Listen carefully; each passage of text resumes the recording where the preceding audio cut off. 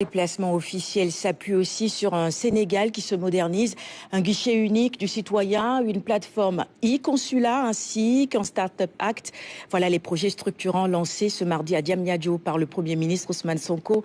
L'événement accompagne l'an 1 du New Deal technologique. Le compte-rendu avec Aram Dao. L'anniversaire du lancement du New Deal technologique fêté avec un cadeau spécial.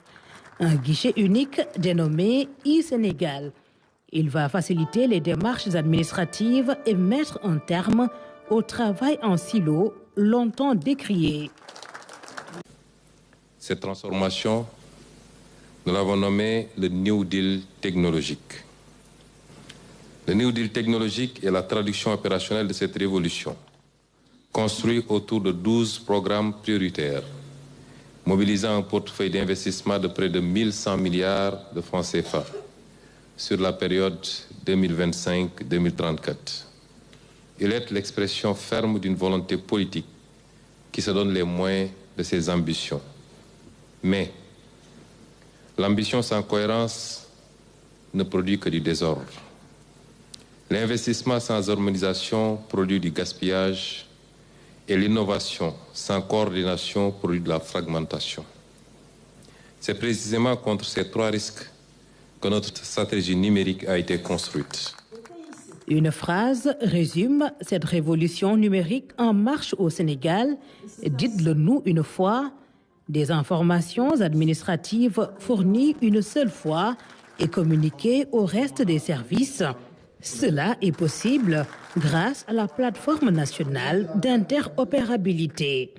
Il se veut une interface unique, simple, accessible, où chaque Sénégalais, qu'il vive à Dakar, à Tambacounda ou à Sédhiou, pourrait accéder aux services de l'administration, soumettre ses demandes, suivre leur traitement et recevoir ses documents sans se déplacer et sans intermédiaire inutile.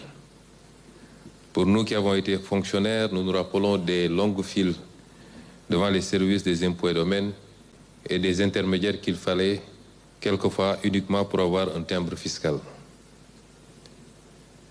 Aujourd'hui, un citoyen sénégalais qui a besoin d'un casier judiciaire doit chercher la juridiction compétente et se poser la question des documents à apporter. Combien de fois se déplacer et combien de jours attendre?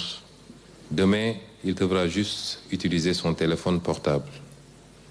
La plateforme e-consulat s'inscrit dans la même dynamique.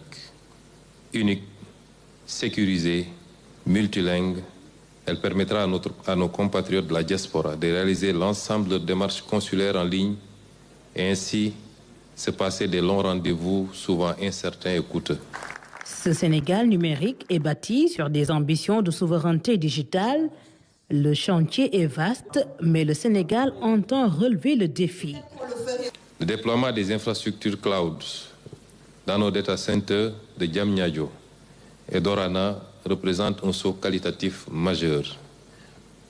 Hébergement aux normes, sécurité renforcée, haute disponibilité pour les services critiques, conformité aux standards internationaux, nos données les plus sensibles seront hébergées sur le territoire national, dans des conditions et modalités dont nous assurons le contrôle. Cet aspect est extrêmement déterminant parce que un développement numérique sans souveraineté ne sert absolument à rien et expose le pays. Dans un monde où les cybermenaces et cyberattaques dont nous avons fait l'objet récemment pour certains de nos services constitue une réalité quotidienne, il est impératif de disposer, en sus d'une stratégie cyber bien ficelée, d'outils de défense robustes et répondant aux standards internationaux. Le Startup Act est un autre des projets structurants lancés ce mardi devant l'écosystème numérique. Pour le Premier ministre Ousmane Sonko, c'est l'engagement à faire du Sénégal une pépinière de champions technologiques qui devront rayonner en Afrique et dans le monde.